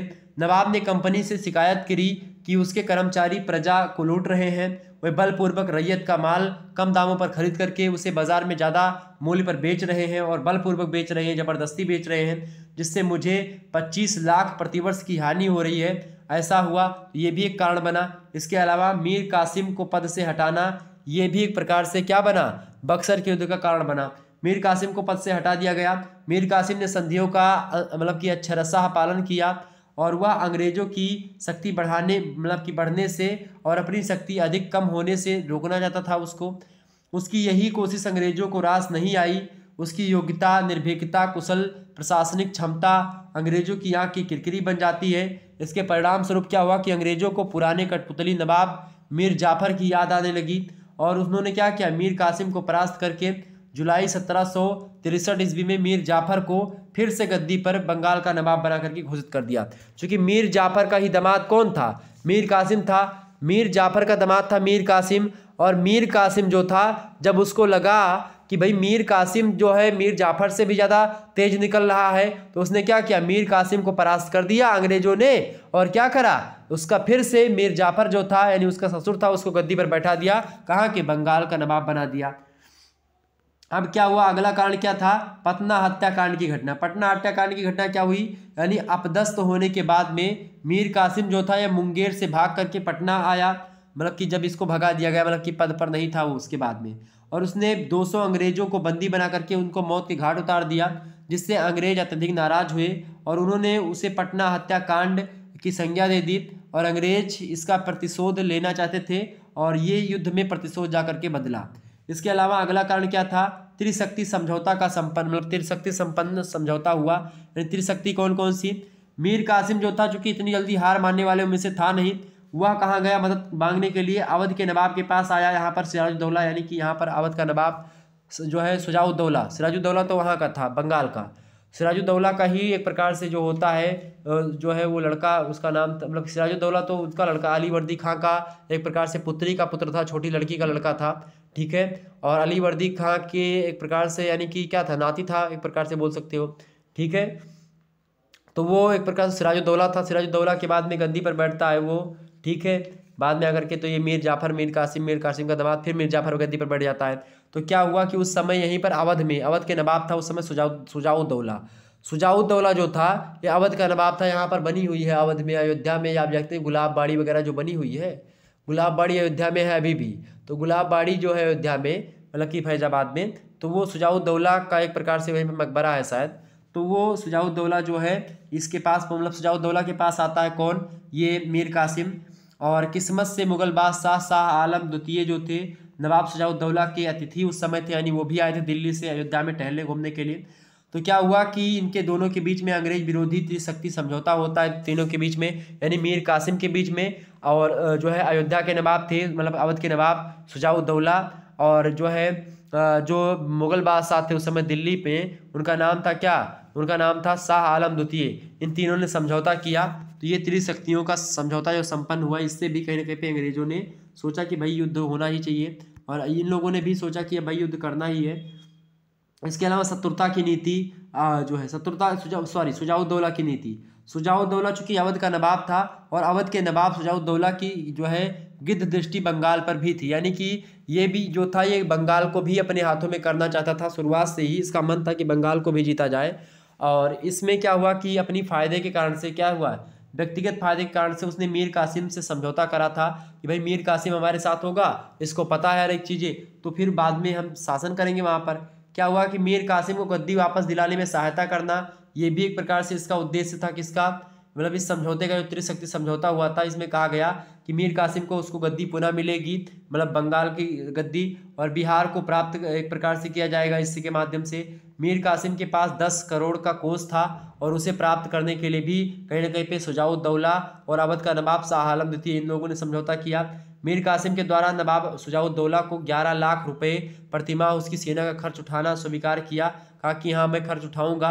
तो इस प्रकार से क्या हुआ, युद्ध का एक कारण बना। इसके अलावा अगला शाह आलम का उद्देश्य क्या था, शाह आलम जो है प्राणों के भय के कारण से दिल्ली से भाग आया था और इलाहाबाद में आकर के रुका था। यहीं पर मीर कासिम उससे मिला था। शाह आलम ने 3 बार बंगाल व बिहार पर आधिपत्य करने की कोशिश करी थी, जिससे अंग्रेजों ने असफल कर दिया था, और वह अंग्रेजों से काफ़ी नाराज भी था। इसके फलस्वरूप त्रिशक्ति समझौता संपन्न हुआ। तो ये भी चीज़ें हैं। त्रिशक्ति संघ की कमजोरी क्या थी भाई इन लोगों की, क्योंकि मीर कासिम को समर्थन देने के बाद भी जो सुजाउद्दौला और शाह आलम जो द्वितीय था, शाह आलम द्वितीय ये मुख्य रूप से अंग्रेजों से संपर्क रखे हुए थे।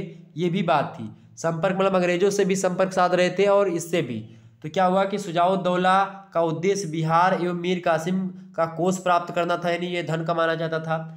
शाह आलम अंग्रेजों की सहायता से दिल्ली का सिंहासन पुनः प्राप्त करना चाहता था, और उसने अंग्रेजों से यहाँ तक कह दिया था कि वह सुजाउद्दौला का साथ छोड़ने और बंगाल अंग्रेजों को देने को तैयार है, बशर्ते अंग्रेज उसकी मदद करें। तो यानी कि सब अपनी अपनी रोटियां सेक रहे थे, कोई राष्ट्रवाद के लिए नहीं लड़ रहा था। आपको पता होगा, कोई ये नहीं सोच रहा था कि भाई अपना भारत है इसके लिए लड़ना है। सभी लोग मिल करके, अगर ये तीनों लोग खुद में मिल भी रहे हैं, लेकिन साथ ही साथ तीनों व्यक्तियों में यानी कि उसमें प्लानिंग चल रही कि अब जो है अगर इसको मैं हरा दूंगा मीर कासिम को, मतलब उसको अंग्रेजों को, उसके बाद में हम ये करेंगे हम वो करेंगे। अंग्रेजों से मदद मांग रहे हैं, उनसे लड़ाई करने की प्लानिंग कर रहे हैं, इधर उधर मदद भी मांग रहे हैं, तो कई सारी चीज़ें। तो अंग्रेजों को लगा कि ये लोग वैसे है एकदम से, कुछ मतलब नहीं इनका। इसके अलावा शाह आलम मीर जाफर को भी बंगाल का नवाब मतलब कि मानने को तैयार था, और बशर्ते वह दोबारा नवाब बनने के एवज में सम्राट को 28 लाख की नज़र प्रस्तुत करे। ये भी नज़र माने एक प्रकार से प्रस्तुत, मतलब 28 लाख रुपए दे तो फिर एक प्रकार से वो बंगाल का नवाब बनने को एक प्रकार तैयार रहेगा। तो यही सारी चीज़ें थी जो कि मैंने आपको बताई। तो कुल मिलाकर के ये बक्सर का युद्ध था।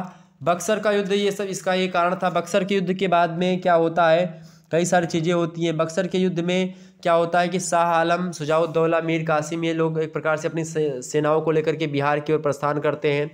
और यह सेना प्रमुख रूप से शुजाउद्दौला की सेना थी खास करके। 1748 ईस्वी में आप देखते हैं जो है सेंट टोमे के युद्ध से अंग्रेज यह समझ चुके थे कि एक छोटी सी प्रशिक्षित सेना जो है बड़ी भारी भारतीय सेना को परास्त कर सकती है। लेकिन 1757 ईस्वी के प्लासी के युद्ध से अंग्रेजों को यह भी समझ में आ गया था कि विश्वासघातियों से भरी हुई है जो है भारतीय सेना। भारी भरकम सेना कभी जीत नहीं सकती, जो कि इसमें विश्वासघात होता है, कुशल संचालन नहीं हो पाता है। यही सब कारणों की वजह से क्या होता है कि जो है ये लोग हार जाते हैं। और कहीं ना कहीं पे आप देखते हैं युद्ध के पूर्व ही जो है यातना देकर के शुजाउद्दौला ने मीर कासिम का कोच छीन लिया था। युद्ध में पराजित होकर ये मीर कासिम भाग जाता है। बेघर होकर के भागते हुए दरिद्र अवस्था में दिल्ली में 7 जून को 1777 ईस्वी का दिन था, उसी को मीर कासिम की मृत्यु हो जाती है।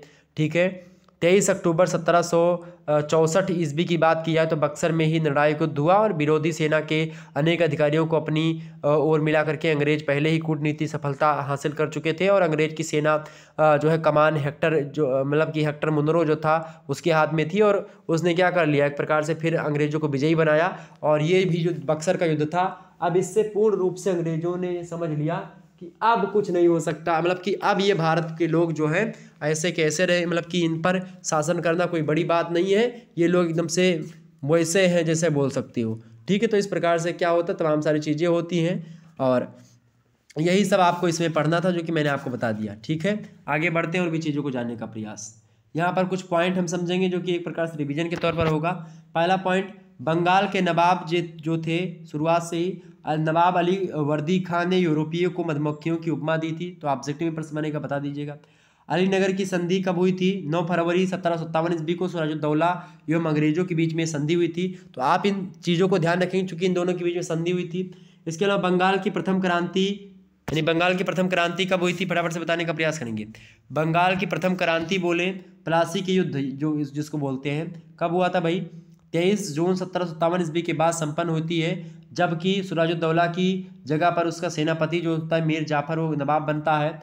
और दूसरा, बंगाल की द्वितीय क्रांति कब होती है? 20 अक्टूबर, यानी द्वितीय युद्ध जो होता है बंगाल का 17 अक्टूबर 1760 ईस्वी, मतलब 20 अक्टूबर 1760 ईस्वी को उस समय हुई, जबकि मीर जाफर की जगह पर उसके दामाद मीर कासिम को नवाब बनाया गया होता है। और बंगाल की तृतीय क्रांति कब होती है? उस समय होती है जबकि मीर कासिम की जगह पर जुलाई 1763 ईस्वी में दोबारा से मीर जाफर को नवाब बनाया जाता है। और उसके बाद में यहीं पर आप देखते हैं युद्ध भी होता है, बक्सर का युद्ध।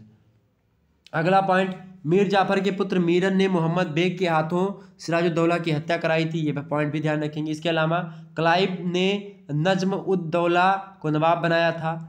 और इसके बाद में अगला 1772 ईस्वी में वारेन हेस्टिंग्स के द्वारा मीर जाफर की विधवा मुन्नी बेगम को अल्पवयस्क नवाब जो है मुबारक उद दौला का संरक्षण नियुक्त कर दिया था।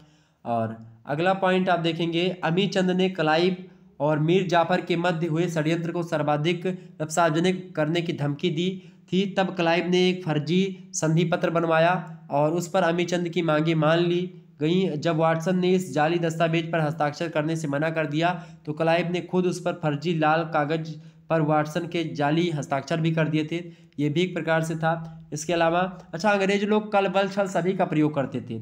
अगला है, प्लासी के युद्ध में केवल मीर मदान, मोहनलाल और फ्रांसीसी तोपची जो थे उन लोगों ने जम करके युद्ध किया था प्लासी के युद्ध में, और बाकी लोगों ने एक प्रकार से मीर जाफर जो था मतलब वो उन लोगों ने मना कर दिया था लड़ने के लिए।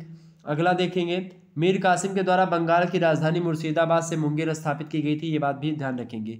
आपसे ऑब्जेक्टिव में प्रश्न पूछता रहता है ऐसा। अभी ऑब्जेक्टिव टाइप के प्रश्नों पर भी हम चर्चा करने वाले हैं, लगभग यहाँ पर 24-25 प्रश्नों पर चर्चा करेंगे। ठीक है, तो बिल्कुल चिंता करने की आपको आवश्यकता नहीं है। ठीक है, बंगाल के नवाब की अगर बात की जाए तो बंगाल के नवाब जो हुए हैं वो कुछ और शासनकाल उनसे कब से कब तक रहा है, इसको एक पॉइंट में समझने का प्रयास करेंगे तो थोड़ा सा आपको और अच्छा लगेगा पढ़ने में।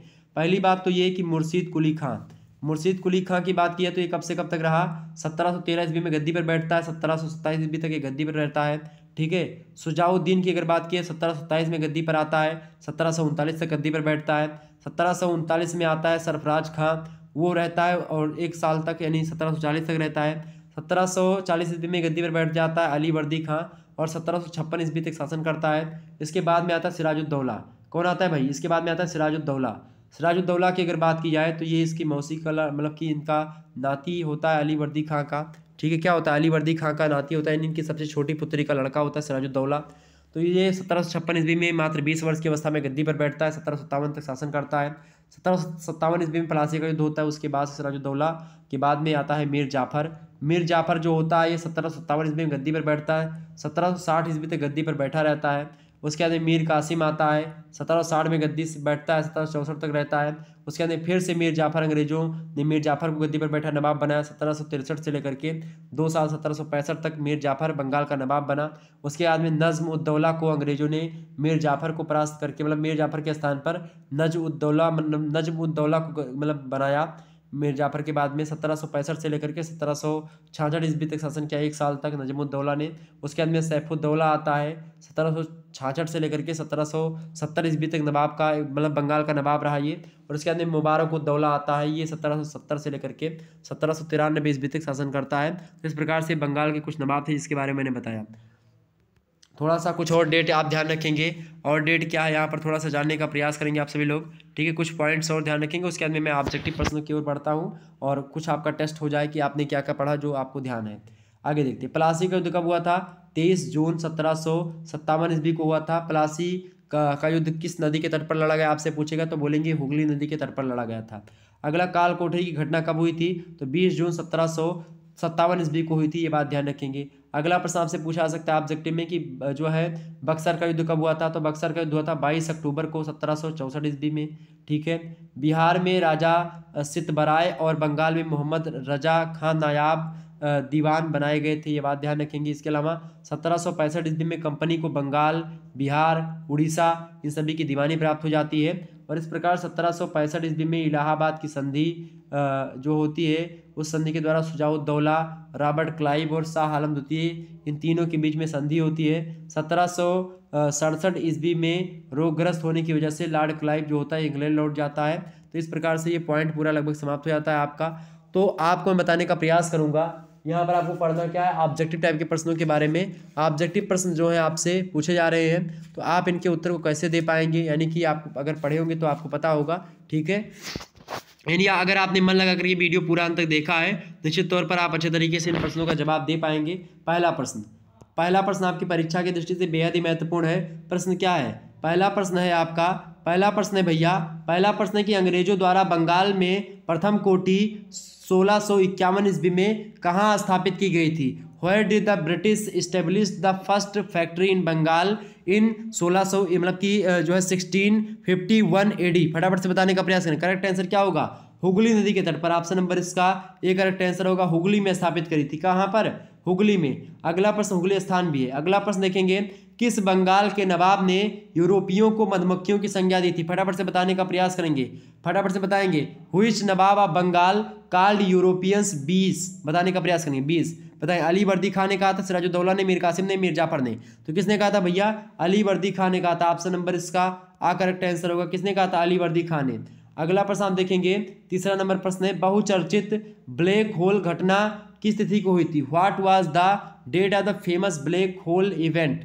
ब्लैक होल इवेंट जो हुई थी, ब्लैक होल इवेंट, तो ब्लैक होल इवेंट मतलब कि जो एक प्रकार से यानी कि जो एक प्रकार से काल कोठरी की घटना बोल सकते हो इसको। ये कब हुई थी? ये कब हुई थी भैया?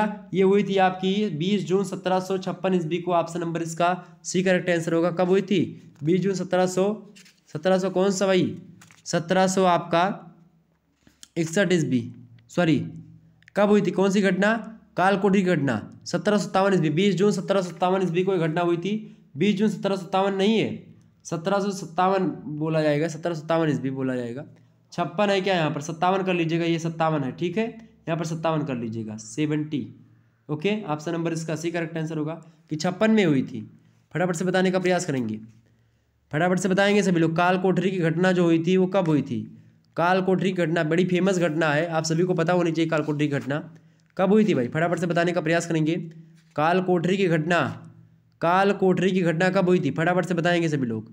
काल कोठरी की घटना जो हुई थी बहुत ही एक प्रकार से फेमस घटना है। अंग्रेज अधिकारी जो थे उसमें लगभग 146 अधिकारियों को समाहित किया गया था। बताएं, ब्लैक होल ट्रेजेडी जो हुई थी ये कब हुई थी? 20 जून 1756 ईस्वी को हुई थी। ठीक है, 57 नहीं, 1756 ईस्वी। यहाँ पर थोड़ा सा एक प्रकार से मैं गलत यहाँ पर बोल दिया हूँ। एक मिनट, वही मैं सोच रहा हूँ यहाँ पर 1757 कैसे हो गया था।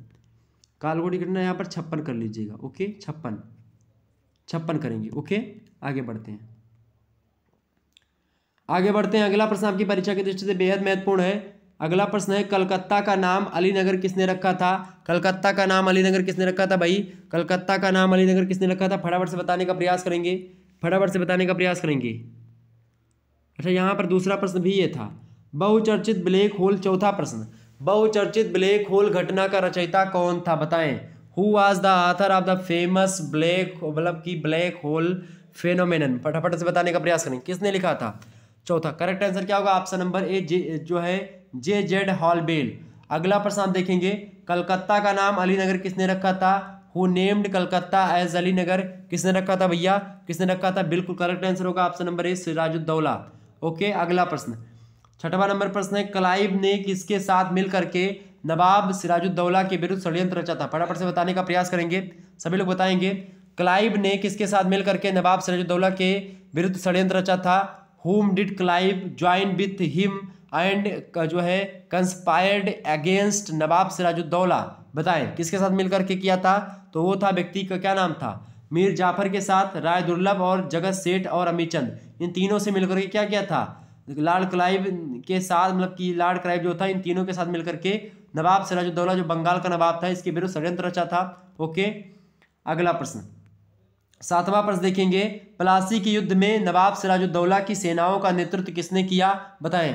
हु लीड द जो है forces of nawab Sirajuddaula in the battle of Plassey? किसने किया था? फटाफट से बताने का प्रयास करें, किसने किया था भाई? मीर जाफर ने भी किया था, मीर मदान ने भी किया था और राय दुर्लभ ने भी किया था। ओके, ये बात ध्यान रखेंगे। राय दुर्लभ और मीर मदान, राय दुर्लभ, मीर जाफर, ये लोग तो एक प्रकार से मिल चुके थे अंग्रेजों से। मीर मदान ने लड़ा था अंत तक, तो ऑप्शन नंबर डी लगा दीजिएगा, इन सभी ने करा था। अगला प्रश्न है, 8वां नंबर प्रश्न है, 23 जून 1757 ईस्वी को प्लासी के युद्ध में कौन बहादुरी के साथ लड़ा? Who fight with bravely in the battle of Plassey 3 जून 1757? फटाफट से बताने का प्रयास करेंगे। 23 जून, प्रश्न बड़ा इधाकर, 23 जून 1757 ईस्वी को प्लासी के युद्ध में कौन बहादुरी के साथ लड़ा था भैया? तो मीर जाफर, मीर मदान या राय दुर्लभ, कौन लड़ा था? फटाफट से बताने का प्रयास करेंगे। तो मीर मदान लड़ा था, ऑप्शन नंबर इसका बी लगाएंगे, करेक्ट आंसर होगा बी ऑप्शन, मीर मदान जो बहादुरी के साथ लड़ा था। अगला प्रश्न आप देखेंगे, 9वां नंबर प्रश्न है, क्लाइव का सियार किसे कहा जाता है? क्लाइव का सियार, who was the known as Clive's jackal? Sirajuddaula को, मीर जाफर को, मीर कासिम को या राय दुर्लभ को? तो क्लाइव का सियार जो कहा जाता है भैया, क्लाइव का सियार कहा जाता है मीर जाफर को। किसको? मीर जाफर को, ऑप्शन नंबर इसका बी करेक्ट आंसर होगा। अगला प्रश्न है, बंगाल की राजधानी मुर्शिदाबाद से मुंगेर किसने स्थानांतरित करी थी? Who transferred the capital of Bengal from जो है मुर्शिदाबाद टू मुंगेर? बताएं, मीर जाफर या सिराजुद्दौला, मीर कासिम या अली वर्दी खां? तो बंगाल की राजधानी मुर्शिदाबाद से मुंगेर जो है स्थानांतरित करने वाला जो विद्वान जो व्यक्ति था, उसका क्या नाम था? उसका नाम था Mir Qasim, option number C में दिया है।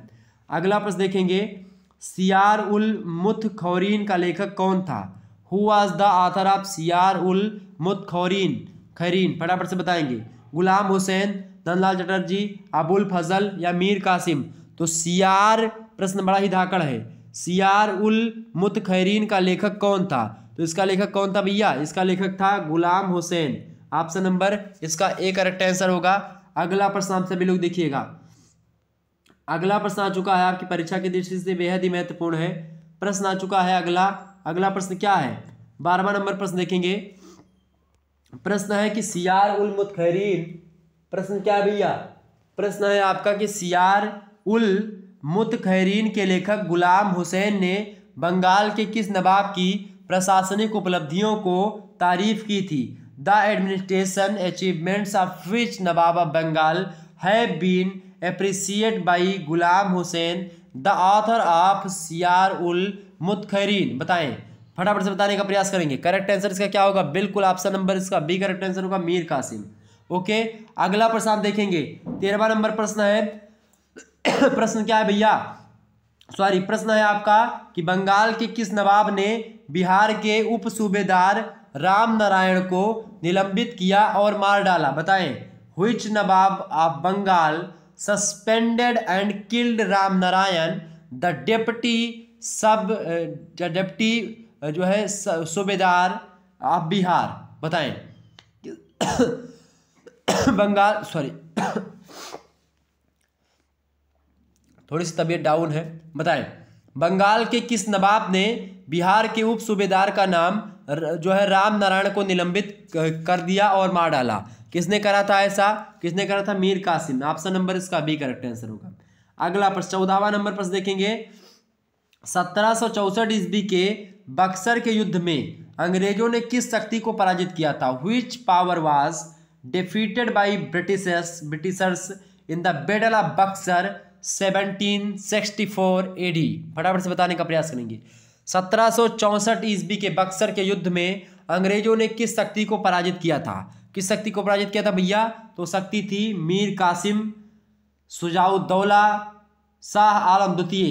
शाह आलम द्वितीय मुगल बादशाह था दिल्ली में। शुजाउद्दौला ये अवध का नवाब था। मीर कासिम बंगाल का नवाब था। अंग्रेजों ने इसको भगाया मार पीट करके, ये भागा और उसके बाद में इन दोनों से मिला। ये दोनों भी इसके खजाने को लूटने का प्रयास ही में थे।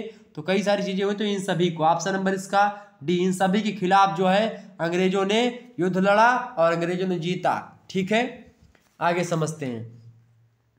अगला प्रश्न आप देखेंगे। 15वां नंबर प्रश्न है, इलाहाबाद की संधि अंग्रेजों और शुजाउद्दौला के बीच कब संपन्न हुई? When the treaty of Allahabad was जो है concluded between British and Shujauddaula? फटाफट से बताएंगे। अंग्रेजों और शुजाउद्दौला के बीच में इलाहाबाद की संधि कब संपन्न हुई थी? कब संपन्न हुई थी भैया? तो संपन्न हुई थी अगस्त महीना था 1765 ईस्वी में। ऑप्शन नंबर बी में दिया अगस्त 1765 करेक्ट आंसर। अगला प्रश्न 16वां नंबर प्रश्न देखेंगे। बंगाल में द्वैध शासन प्रणाली किसने लागू करी?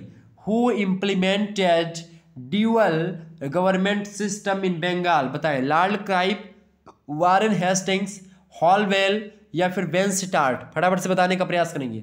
बंगाल में द्वैध शासन प्रणाली किसने लागू करी? किसने लागू करी थी भैया? किसने लागू करी थी? Lord Clive. ऑप्शन नंबर इसका ए करेक्ट आंसर होगा। अगला प्रश्न 17वां प्रश्न है, ईस्ट इंडिया कंपनी के द्वारा बिहार का उप दीवान किसे नियुक्त किया गया? Who was appointed as the deputy diwan of Bihar by the West India Company? मतलब द बेस्ट इंडिया कंपनी। फटाफट से बताने का प्रयास करेंगे। Sorry, East India Company. East India Company, okay. Best India Company यहाँ पे, ईस्ट इंडिया कंपनी, ओके। बताएं। ईस्ट इंडिया कंपनी बताएं। इंडिया मतलब ईस्ट इंडिया कंपनी द्वारा बिहार का उप दीवान किसे नियुक्त किया गया? तो बिहार का उप दीवान नियुक्त किया गया था ईस्ट इंडिया कंपनी के द्वारा। वो किया गया था राजा सितबराय को। ऑप्शन नंबर इसका बी करेक्ट आंसर होगा। अगला प्रश्न आप देखेंगे। 18वां नंबर प्रश्न है, ईस्ट इंडिया कंपनी ने बंगाल का उप दीवान किसे नियुक्त किया? फटाफट से बताएंगे। Who was appointed as the deputy diwan of Bengal by the East India Company? बताएं। ईस्ट इंडिया कंपनी ने बंगाल का उप दीवान किसे नियुक्त किया था? राय दुर्लभ को, राजा सितबराय को, या मोहम्मद रजा खां को, या राम नारायण को? फटाफट से बताने का प्रयास करेंगे। तो इन्होंने मोहम्मद रजा खां को ईस्ट इंडिया कंपनी ने बंगाल का उप दीवान नियुक्त किया था। अगला प्रश्न आप देखेंगे। 19वां नंबर प्रश्न है, बड़ा धाकड़ प्रश्न है भाई, बड़ा प्रश्न है। प्रश्न है 19वां नंबर कि 1858 ईस्वी में ब्रिटिश हाउस ऑफ कॉमन्स में किसने कहा था कि मैं पूर्ण निश्चय के साथ कह सकता हूं कि इस पृथ्वी पर कोई भी सभ्य सरकार इतनी भ्रष्ट, इतनी विश्वासघाती, इतनी लुटेरी नहीं होगी जितनी कि 1765 ईस्वी से लेकर के 1784 ईस्वी के बीच भारत में ईस्ट इंडिया कंपनी की सरकार थी। ये एक प्रकार से किसने कहा था? British house Commons, British house of Commons में कहा था, मतलब वहाँ की पार्लियामेंट में 1858 ईस्वी में। जब 1858 ईस्वी का जो अधिनियम आया था, 1857 ईस्वी में एक क्रांति हुई थी, आप सभी को पता होगा। उसके बाद में 1858 ईस्वी का अधिनियम भी आया था वहीं से बन करके। तो वहीं पर विचार मतलब कि बहस हो रही थी 1858 ईस्वी में ही ब्रिटिश हाउस ऑफ कॉमन्स में। तो उसमें किस व्यक्ति ने ऐसा कहा था?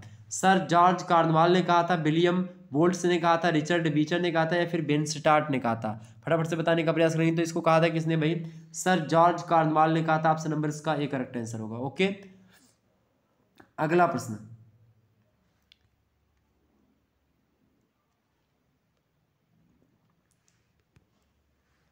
अगला प्रश्न देखिएगा सभी लोग। अगला प्रश्न है 20वां नंबर प्रश्न है, क्लाइव भारत में अंग्रेजी साम्राज्य का निर्माता ही नहीं अपितु भविष्य का अग्रदूत भी था। लॉर्ड क्लाइव जो अंग्रेजों का एक प्रकार से था, ब्रिटिश ईस्ट इंडिया कंपनी का, यह किसने कहा था? Clive was not only a founder of English empire in India but also जो है harbinger of the future.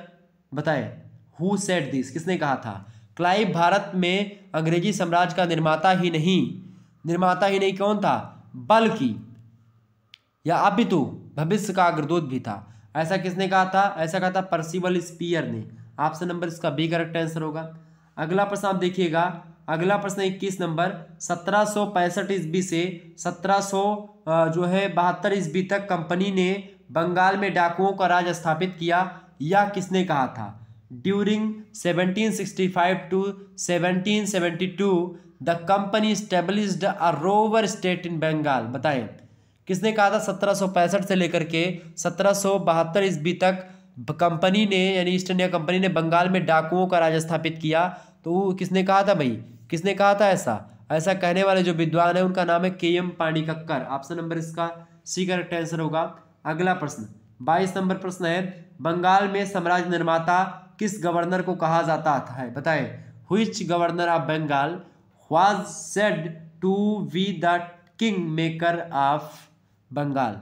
Clive को, पेनस्टार्ट को, लॉर्ड मतलब कि हॉलबेल को, या वारेन हेस्टिंग्स को? तो बंगाल में साम्राज्य निर्माता किस गवर्नर को कहा जाता है भैया? साम्राज्य निर्माता कहा जाता है लॉर्ड क्लाइव को ही। ऑप्शन नंबर इसका ए करेक्ट आंसर होगा। अगला प्रश्न आप देखेंगे 23 नंबर प्रश्न है। 23 नंबर प्रश्न आपका दिया हुआ है, एक मिनट,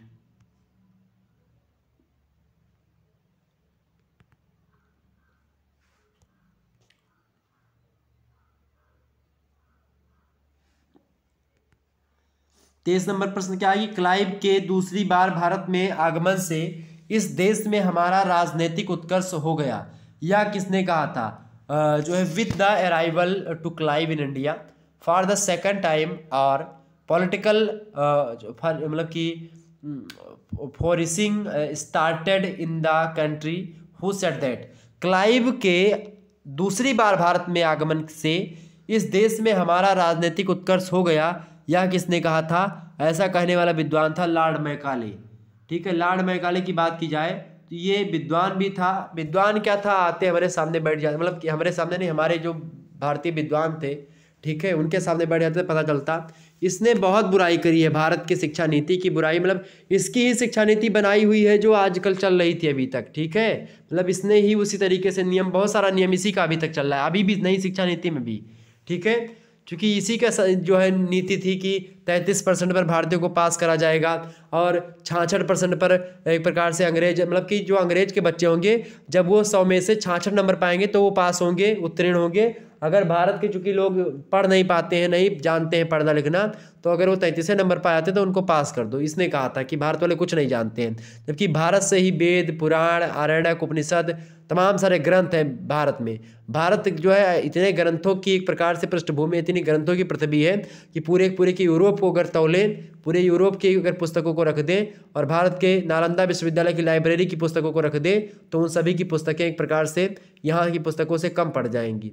और आपको मैं बता दूं, उसने ये भी कहा था, लॉर्ड मैकाले ये था, इसने ये भी कहा था कि अगर यूरोप की किसी एक पुस्तक को उठा लिया जाए, किसी लाइब्रेरी की कोई पुस्तक को, किसी भी लाइब्रेरी में जाकर के उठा लो कोई पुस्तक, और वो पुस्तक और पूरे के पूरे मतलब भारतीय ज्ञान के बारे में भी और अफ्रीकन ज्ञान के बारे में भी दोनों को चैलेंज कर दिया, कहा कि ये सब ज्ञान यहाँ का बेकार है, केवल एक पुस्तक के रखे हुए ज्ञान के बराबर भी ज्ञान नहीं उतरेगा इन लोगों का, हम लोगों का। और आज नहीं मिले मुन्नवा आप, नहीं तो बताया जाता फिर आपको। तो क्लाइव के दूसरी बार भारत आगमन से किसने कहा था कि देश, मतलब कि इस देश में हमारा राजनीतिक उत्कर्ष शुरू हो गया है? ये क्लाइव ने कहा था, सॉरी मैकाले ने कहा था। लॉर्ड मत लगाओ आगे इसके, लॉर्ड माने देवता होता है। ठीक है, लॉर्ड मैकाले, लोग लॉर्ड लगाते थे अपने आगे, लॉर्ड। ठीक है, 24 द्वैध शासन प्रणाली को किसने समाप्त किया था? बताने का प्रयास करेंगे। द्वैध शासन प्रणाली को किसने समाप्त किया था भैया? हु जो है एबोलिस्ट मतलब कि abolished the dual government system, बताएं। कर्जन, लिटन, रिपन या वॉरेन हेस्टिंग्स। फटाफट से बताएंगे। द्वैध शासन प्रणाली को किसने समाप्त किया था? लागू करा था क्लाइव ने ही। और शासन को समाप्त किसने करा था भाई? इसको समाप्त करने वाले जो व्यक्ति थे वो वॉरेन हेस्टिंग्स थे। ऑप्शन नंबर इसका डी करेक्ट आंसर होगा।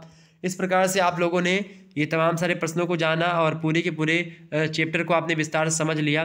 निश्चित तौर पर आपके इस चैप्टर समझ में आया होगा। इसमें हमने बहुत सारी चीज़ों के बारे में समझा जाना और आपको बहुत सारी चीज़ें को एक प्रकार से आपकी स्क्रीन पर दिखाने का भी प्रयास किया। निश्चित तौर पर आपको ये तमाम सारे ये प्रश्नों की कतार भी अच्छी लगी होगी, यानी कि पहले हम चैप्टर को समझ लेते हैं और उसके बाद में फिर हम प्रश्नों का एक प्रकार से उत्तर देख लेते हैं, तो आपको एक प्रकार से कई सारी चीज़ें पता चल जाती हैं। और बाकी दीर्घ उत्तरीय, अति लघु उत्तरीय, लघु उत्तरीय और ऑब्जेक्टिव किसी भी प्रकार से आपके प्रश्न आएंगे आपकी परीक्षा में, आप आसानी से कर पाएंगे। और जियोग्राफी का यह मॉडल पेपर देख लीजिएगा, लिखित टाइप का मॉडल पेपर है। बहुत धड़ल्ले से बहुत अच्छे तरीके से इसमें बताने का प्रयास किया गया है। हर पॉइंट को इसमें मैंने अच्छे तरीके से समझाया है, तो आप इस वीडियो को जरूर देख लीजिएगा, बहुत ही महत्वपूर्ण वीडियो है। इसके अलावा आप समाजशास्त्र का तीसरा चैप्टर का वीडियो आ चुका है, इसको भी देख लीजिएगा। ओके, इसके अलावा जो है प्राचीन इतिहास का वीडियो देख लीजिएगा, चैप्टर 2 का, ये भी देख लीजिएगा, प्राचीन इतिहास का है। चैप्टर जो है 2 और 3 मतलब एक प्रकार से ये मध्यकालीन इतिहास के तो हो चुके हैं, यानी कि आज मध्यकालीन इतिहास का ही चैप्टर 3 था। और शिक्षा शास्त्र का हमारा पेपर देख लीजिएगा, आपको बहुत महत्वपूर्ण प्रश्न है इसमें, लिखित टाइप के ही हैं। तो आप इन सभी वीडियोस को देख लीजिएगा, बहुत ही हेल्पफुल करेंगे आपकी परीक्षा की दृष्टि से। चलिए फिर मिलते हैं हम नेक्स्ट वीडियो में, तब तक के लिए जय हिंद जय भारत। आप सभी का बहुत बहुत धन्यवाद हमारे से जुड़ने के लिए। Good night all of you, सभी लोगों को गुड नाइट, सभी लोगों को शुभ रात्रि, धन्यवाद।